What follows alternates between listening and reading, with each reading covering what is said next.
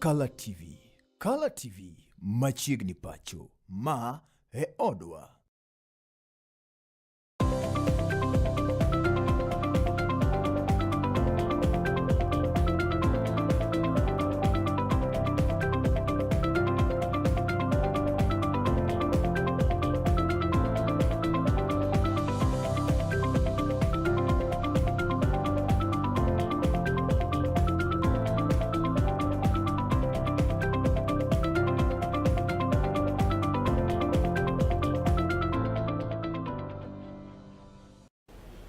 Misawa kendo machiegni jahera mar kalatvlive ageno odiochienge dhi kodi yonendo mano makare. Arwakni machiegni chenodi mano mar Manyien weche kama kilonie weche giko manyien matuch koni koda koche kendo giko ma jofwamb magwa bende medo gotachi counties mopogore opogore eneno ni weche giduto choponi makare kendo thulendo mano ma owinjore kamago ma omiyo peka gin mago ma otenore koda limbe mano mar ogai mano mar duond gonero mar DCP Rigathi Gachagua ng'enge kumago makadho wadhi nam chumbi kama bende osemo kalo limbe mar jatend piny e kaunti ma Murang'a. Moko gin mag mutende koda chenendo kata limbe mar lenda mwananchi odichenendo mano makinyi bumenendi mano ma Kisumo kaachiel koda weche mamoko mag mutende koda yiero mar 2027.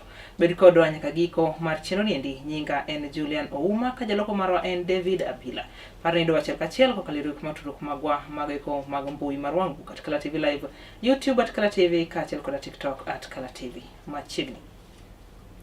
Ogai mar DCP Rigathi Gachagua wuok oko kendo semo kalo limbe ma jatend piny William Ruto e kaunti ma Murang'a ginendo ma wacho ni onge olemo kata chiela mabende limbe makamano nyalo nyago ne jopiny e gwenge ma Murang'a kono.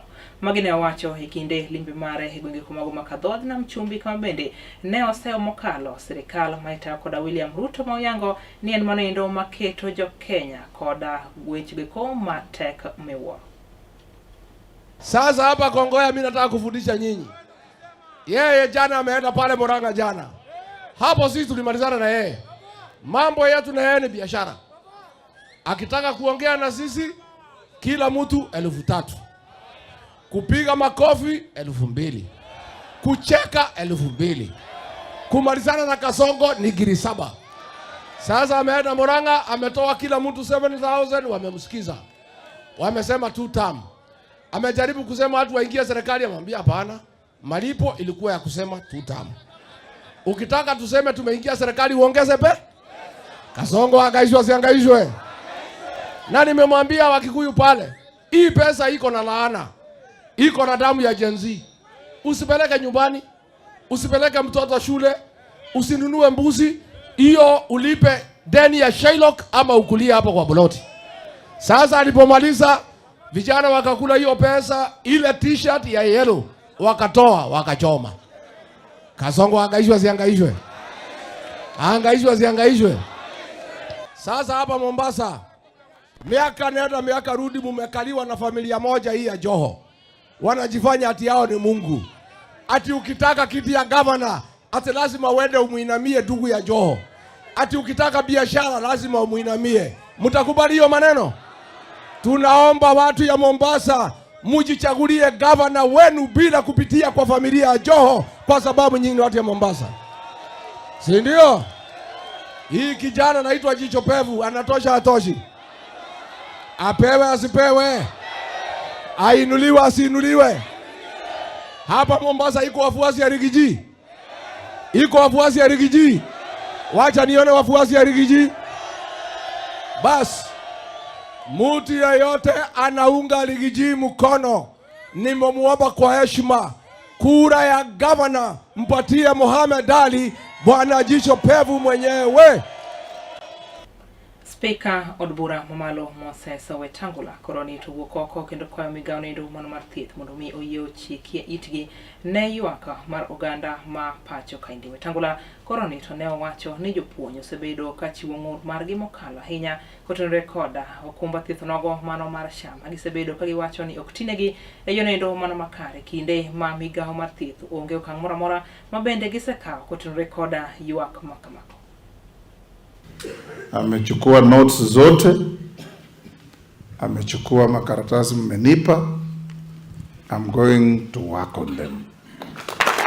Tayari nimetumia Adan Duale message ya kwamba on Tuesday morning akuwe kwa ofisi yangu saa 2 asubuhi nimuongeleshe mambo ya matibabu ya walimu.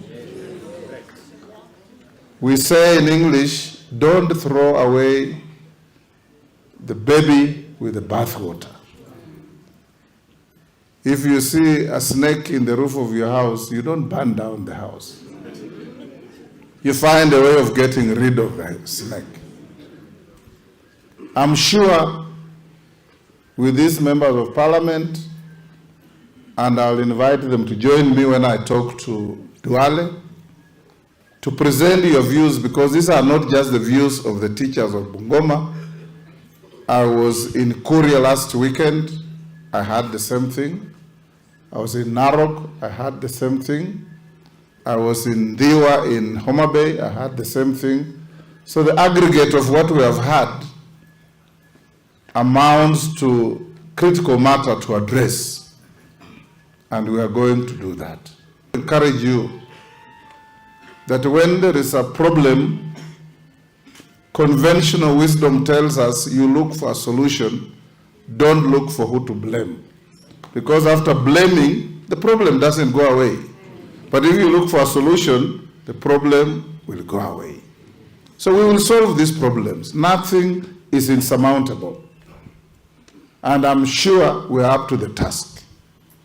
Na mimi nitakuwa mstari wa mbele. I will be your first and last line of defense on all your issues. Whatever we say, if it is promotions of teachers, wengine wamenipa tayari list hapa, and I'll go and work on it. I cannot guarantee that everybody can be promoted at the same time, and I'm sure you know this. Lakini tutasukuma wale tunaweza. Nyafuadha bendera madunbu siasa mar Jubilee yernendo marganario prario koda birio Fred Matiang'i wokoko kendo kwa imigao maranita mapachkaindi mondo mi oneni obila okutiyo koda teko mathoth kuom jopiny. Matiang'i manilose bomenendo mano manya mira wacho ni okeni ginendo makare ka obila mathuro kaindi koroni to tiyo koda teko mathoth ahinya to ne josiasa kata ne oganda go ikumo bende obalo koda sirikand William Samoei Ruto. Christopher Nyango Dual, ane chairman mar bunge Kisumu County. Wan ka Uganda kendo warwako jowa. Hamwezi kuongoza nchi namna hii eti watoto wanafunjwa miguu ni kwa sababu ya siasa. Kama unataka uongozi, enda na mkono huu. Ongea na wananchi pole pole. Zungumza na wananchi kwa upendo na pole pole. Badala ya kelele, badala ya vita. Tafadhali ninawaomba, sisi hatutaki shida na furugu na mtu yeyote. Because what is most important is stability of our country, peace for our people, ili tuendelee na kazi ya kujenga taifa letu la Kenya. Hatuwezi kujenga nchi kama watu wanapigana hapa na ni ushenzi tu, ni siasa. Tunakusanya watu, nataka kuonyesha watu wewe uko na ubabe, tunaonyesha watu unabeba watu kutoka hapa na magari kwenda kupigana na watu wengine. Na mimi ninaamini tukiwacha hawa ndugu zetu wa usalama, polisi na wale wengine, tukiwaachilia bila kuwasukuma kwa maneno ya siasa, wanaweza kufanya kazi nzuri, wanaweza kuweka amani na usalama na kuhakikisha kwamba kila mtu anaishi kwa usalama. So Inspector General awache afanye kazi yake na DCI afanye kazi yake, na kila mtu ambaye anasimamia usalama ajue afanye kazi yake bila kusukuma kwa msingi wa siasa. Kwa sababu these police officers wanajua sheria, they're fine. Ni kusukuma kila wakati kupishiwa mazimu na watu, eti wao ndio wakubwa. Unataka kuanzisha ubabe kwa kuua watu. Hiyo mambo tafadhali. Komachielo ene riwruok makelo kanyakla jopur nianga koroni to wokoko kendo wach ni ok gibiyie mondo mi nengo mar nianga koroni to duok piny kata gi siling achiel. Kata legi koda Richard Ogendo bende en japur mar nianga kendo ajakanyo riwruok nogo makelo kanyakla jopur niang e pachkaindi owacho ni giikore mar biro chwalo parnendo mar chika e nyim od bura manendo mamalo mar neno ni wach no ndo mar nengo mar nianga koroni to okomul kata matina kotenore koda wachno endo kata ka otenore ni jopur owinjore mondo mi yud yuto kotenore koda puro mar niang' makamano. Nyinga Richard Ochieng' Ogendo, awuoyo kaka jagoro maduong' mar Kenya Sugarcane Growers Association. Watamore ni bech niang' ok dwok piny. Bech niang' sani chulowa Sh5,750 to watamore ni ok dwoke piny kata gi Sh1 ni nitie kaka idwa gole from 5,750 odwoke to 4,800. Mano watamore kaka jopur niang'. In fact, sani wa collect signatures from farmers mondo wadhi e parliament juma manyien mondo wa petition parliament e weche ariyo. Wach mokwongo, wach mar bei, kaka iloso bei. Waneno ka weche mag bei gi chandowa. Wadwaro ni molasses obed pesa ma japur nyalo yudo kaka bonus e giko higa. Wadwaro kendo ni gima important ni 10% kata tamara par mar yuto ma jo weg kambe gi yudo oduog back to the local community. Olos go ndeche, olos go darache, olos go sikunde, olos go ogergo nyaka chuo kor gweng'. Koro maga gik malet nwa sani. Waneno ka presidential agenda en ni mondo iting'o ng'ama ne piny dhi malo. Ka koro jogi eki gin tijgi gikelo sukari ka chieng' gotieno. Gin tijgi en mana nyono wi ng'ama ne piny ni. Mano ok bi dhi kodwa maber. Koro wadagi ni bei ok dwok piny. Wakawo signatures to ka gitemo ni gidwoko kata gi Sh1 to wabiro bedo gi mgomo maonge niang' mabiro dhi e factory moro amora. Nyaka walos wach mar niang'. Puro niang' tek. Jogi osebedo ka yudo billions of shillings in the last 2 years. Ang'a mono gi sani ma piny tek ni to gibende gichung' gi jogo mosemiyo ka giyudo pesa mang'eny. Sirikal ne otimo nonro, warito mondo result ma nonro owuok.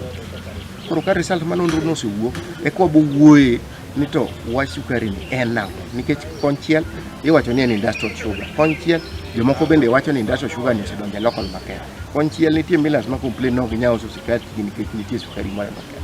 Koro warito mondo nonro ma sirikal wuogo kore ko wuogo ko motegno wanyalo wacho gadiere ni sukari ni nobiro magi emotimore. But gima rach motimore gini te ni ng'ama isamila konego bed ni bedo important. Jokanyo mag bunge la wananchi kaunti ni mano ma Kisumu owuok oko kendo kwayo riwruok nogo makata kweth mar Linda Mwananchi mondo mi oyio bagi romo margi. Yeno endo mano mar kwe kendo kigiroche chenro giko mago hala kaachiel koda chenro mamoko mosebedo ka dhi nyime e boma nende mano ma Kisumu. Kane giloso kod jofwambo chieng' ma kawuono giwacho ni gin kaka oganda goiko mabende gin jokanyo mag ODM ok gibiyie mondo mikoro ginyal luwo kweth mamoko mabende koro ni gie thuolo ni obalo koda duond bura nendo mano mar ODM mabende ne ging'eyo ni ne otelie koda Raila Amolo Odinga kabende gikwayo kweth nogo mano mar Linda Mwananchi mondo mi oyio wach weche goiko ma ok nyal kelo tulo kata seyo tulo kaachiel koda koko e kind oganda mathuka. Christopher Nyango Dual, an chairman mar bunge Kisumu County. Wan ka kaka oganda kendo warwako jowa makino bigu ka miluongo ni jo Linda Wananchi. Warwako gi kabisa kendo wakwayo gi ni giikre kendo gibi gi kwe mang'eny. Gisebedo ka giyanyo party leader marwa Oburu Oginga. Kendo Sifuna wuoyo kuom Oburu marach. Orengo bukore to yiere party leader maonge NDCA mar ODM. Wakwayo ni ok wadwar koko kendo wadwaro kwe makende. Nyaka wariwre gi Ker William Samoei Ruto. Wan jo Kisumu wasebedo gi kwe.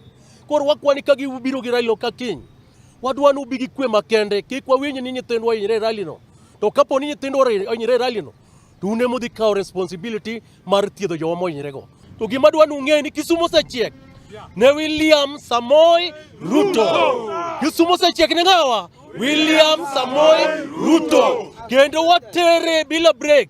This time round ok wadwa tuge Luo Nyanza ni kendo jo wadhi tho. Wang' ni waikre ma tho ne wuod Sugoi. Wadhi tho ni wuod Nande ni nikech wadwa no dog tam mar ariyo kaka oganda mar Onagi. Bunge power! Bunge riak! An gi nyinga iluonga ni Salim Onyango Tosha. Akwayo jotelo makiny biro go ni kibiro to wachuru wecheu. Weuru biro kaka yan. Jo Kisumu are very peaceful, ok wadwar koko. awuoyo gi nyithindwa kik ti kodu. Function ma kiny kik ti kodu. Kisumu osebedo gi environment maber mar timo ohala.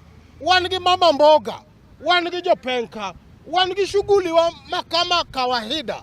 Wadwaro ni shughuli wa makama kawaida kinyo dhi nyime kama kawaida. Joseph Obala, an janyakach, to ana member mar Kondele bunge la mwananchi ka. Jogo mawacho wach mar one time, jogo mok baruto. Warwako gi mondo gibi nikech katiba oyienegi mondo giwuo. Katiba mar Kenya oyienegi mondo giwuo kamora amora. Jo one time go ka gibiro to kik gibi gi jonjore, police nitie. Regional commander mar police, county commander mar police, gibed motegno kendo giansure ni onge tulo mowuok e rally maki. Johala ma jua kali e bomani mano ma Kisumu owuok oko kendo yango sir margi ne jatend piny William Samoei Ruto e dwaro mare mar biro bedo ker ma pacho ka ndiye tielo mar ariyo. Kane giloso kod jofwambo chiemo kaunende giwacho ni William Ruto osebedo e lai manyime mar neno ni dongruoge mopogore opogore koro ni to chwal e kaunti ndi mano ma Kisumu. Ka bende giyango ni ok gibiyie mondo mi tergi koda kweth mamoko mabendo balo koda sirikal. Ka giwacho ni nyaka ne gidonje sirikal mabende ne oketgie kod Raila Amolo Odinga mabende ma osenindo.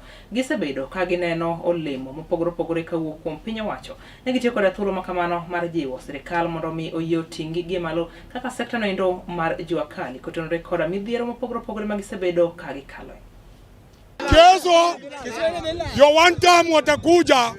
Sasa sisi ni two term. Hakuna gesi mwaka huu, hakuna gesi. Wale wa tuta wa one term abaki huko Kachok. Kachok ndio mwisho yao. Tutapiga block hata airport, mambo leo kila mahali tutapiga block. Hakuna kurudi nyuma. Hakuna kurudi nyuma. Two term.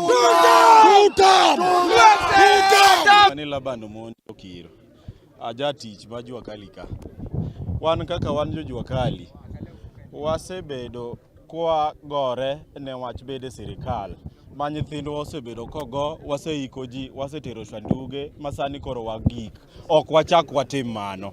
Baba notho ka gore mondo wabedi ang'o? Mondo wabedi ang'o? Dong sirikal masani wantieni. Koro idwa ni mondo wachak wawuog e sirikal mondo wachak wadhi ka chieng' waduogi.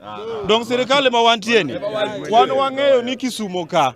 Wan locked e ODM motelnwa gi Oburu Oginga man mano kare. Awacho kenda nuoyo. Wan vijende maka kendo youths mag jua kali. Wasebedo kwa chandre e weche mag kar tich, mag lopwa mar jua kali.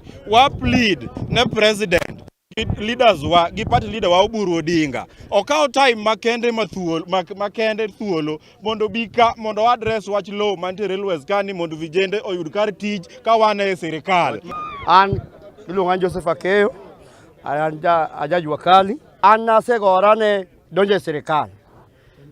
Masani ane sirikal. To ng'ato kik bi wuona ni awuoga e sirikal. Mondo dhi onegwa gi bunde, mondo dhi onegwa gi oterwa river yalo negwa. Wan kumi bila break. Kendo Ruto wadwaro ni Nyanza ka. Ma iluongo ni bedroom mari. Jua kali, wan jua kali. Ng'iwa gi wang' mamuol. Wang'isi ni wan e toke full. Two term. Koro wakwayo kama. Kama President Ruto. Wakwayo kaka wan yudhe. Wan wasebedo kiwe wachien. To wakwayo mondo mi wabende. Ing'iwa gi wang' mamuol yudhe wabe wasafa koka. Tejo wa moko maonge tich mondo mi otim nade okele job. Matiekni ya wawacho ni wanjo ODM mating mar Baba Raila Amolo Odinga. Ma onge kuma biro dhiye kanye ma wantie nikech genowa ni gin ema gitero wa sirikal, to sirikal no ema biro ng'iyonwa wach lo machando wa kan nikech mai gima duong' ema omiyo wabiro go kura. Aparo ni mano kende ma wan go nikech mai shida ma wan go ema omiyo wadhi go kura.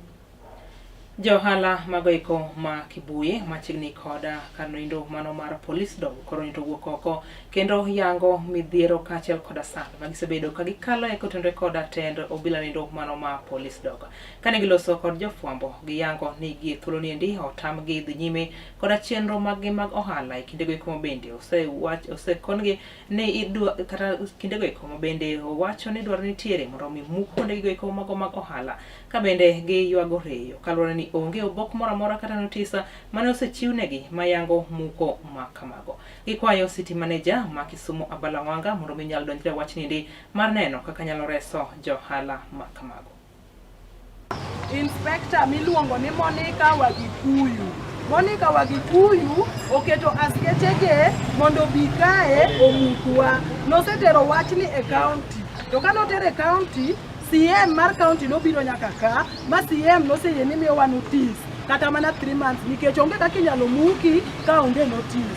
Seche mane CM oseye ni miyowa notice, CM no bet mondo miwa notice. Monica Wagikuyu ma en inspector mar police dog nyo biro ka gotieno gi police ne. Sama nyo biro kae sauti otieno ni mondo bi omuki. Giketo Land Cruiser kae magi chikre gi dhi hotel gi chako muko. Ng'ama rito hotel sama neno kamano kowuok e ng'wech ok nye ging'eyo ni ng'ato ni hotel kanyo rito hotel. Seche go gin bende ne giringo, police go noringo magi chalo ni gin jokuoe. I'm a resident of Manyata, currently working at Ebenezer, Blessed Ebenezer Hotel. This is what is feeding me in this county. And this is what bringing food to my table, feeding my children and my mom. Hii ndio kitu mimi nimetegemea Kisumu. Mtu hawezi kuja tu hapa siku mbili, yeye ashakuja kutoa muri wa bomoe kitu na ni kitu yenye yeye mwenyewe amepata ikiwa inaendelea. Sisi ni watu wa broad base na sisi wenye tulelewana hapa kwa broad base, tunajengana, tunaheshimiana na tunakuzana. Na hii ndio njia yetu ya kutafuta pesa. Ya serikali michulo kada kapuni mukoga nitenga miluongo ni city manager ema biro to chiwo notice ni bwana kanyo okwadwarie kanyo okwadwarwe kanyo okwadware ng'ane to ng'ama okdwano imiyo notice to maruni ng'ato biro gi dhok gibiro to gitien guogi gi kae sani kolo giloro kama ji tiye wan watim nang'o kiny samoyudi ka kori kwalo gi ng'ato to niyo ijakuo to en masano miyo ni koro wada kwelo ka sani kawa wadhi kaini mondo dhi opidho onya pidho jogi te mokwongo wakia kod en gi famili wakia kod en gi loku moaeno wan joluo modak ka to kae kama wantie to bende wan wasaposiri kakunenono biuru mondo ugon mama ni ka mama ni ok adwa neno to onyisa na ka ora kating'e wiye to anyisa jatelo gi mapek ni nyalo kawi ting'e wiyi kata indi ting'ini onyisa no kadwa neni onyiso jogo ni kauru mama ni mondo uchwadi kaka duong ne nyalo chwada woguru oko mondo ukonywa argi nyithinde secondary kendo argi jagre 10 masomo Rama Boys onge kaka nyathi school kama kaka chulor to e kaka chiemo dan gi nyithindo magadi jo form 4 dan gi ja form 3 magadi woguru oko sirikal jo broad based woguru mondo ukonywa mondo wairu kaka watimo Abalawanga woguru oko mondo ukonywa in city manager in monego beni konyowa.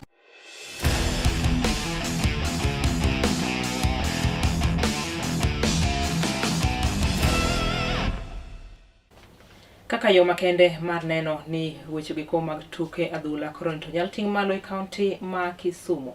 Duolo nogo mano mochune tuke mag adhula e pacho kaendi FKF koro to ne okawo okang' nogo mar tiego koches Manyien manindo makwan gi oheo 30 mabende koro ni to biro konyo e yore giko mar neno ni onyal ket rang'iny nindo makare mar tuke adhula e county ma Kisumu. Chenro makamaendi koro ni to ne omiyo koches giko koro ni to yudo lony mopogore kotenre koda rang'iny mano mar introductory. Having graduated my introductory course in football coaching, it was fun and I've really gained a lot. Since day one with our instructor, he is a nice man, he's very knowledgeable, and he really took us through a lot of things. There are things we've been doing out there thinking that we know, but in the real sense we knew little. So the match we've come with from here, I think we are going to implement them out there so that we develop the talents the young talents that we have back home. Thank the Football Kenya Federation, Kisumu branch, for this chance, for enabling us to undergo this introductory coaching course. It was a bit challenging because we thought we knew what we were doing in the field before the course, but during the learning process and after is when we actually gained the knowledge, and now we have something to go and impact to the kids back at home with the knowledge that we have gained from our instructor, Coach Dan. And I just want to tell the women out there that let's step up. Without us, hatutakuwa na coaches who can also coach our ladies team. But if we come to class and learn and gain the knowledge, then it will be even comfortable for our ladies team and women's team to have women coaches who have the knowledge to teach them in the field, for us to have a developed country in football, growing from the ground to top. I can call them coaches. Those who have not attended the coaching course, because this is the beginning of their career, and the door is still open. If they miss this, then there will be an opportunity in August. There is another introductory coaching course that will come in August, and I call upon them, if for the interested coaches who want to link up and join the introductory coaching course, they are actually allowed to do so in the month of August. Several coaches that are ladies, but they have not actually shown it wise to attend the coaching courses. So I think for us to improve both men and women football in Kisumu, we need to capacity build ladies, and I urge all the ladies that it is all not about actually money, but it's sacrifice.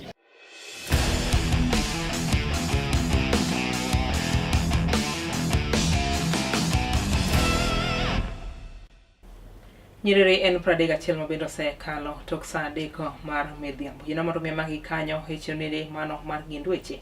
Kamne wakilni weche giko manyien matuch koni koda kocha. In mabende ne wantiere kodi chakruok nyakruo chope giko mar chinonendi. Agoniro kamana hinya kendi medo bana kete onjo mari mihero kendo migeno mar kala. Wira ni wantiere koda chenro mamoko mathoth mabiro nyime kanyo makelo ni mor ma ogundho kaachiel koda puonjo mathoth mokalo. Oriti makawuono ibed koda Otieno Manyangafu. Nyinga en Julian Ouma, ka jaloko marwa en David Abila.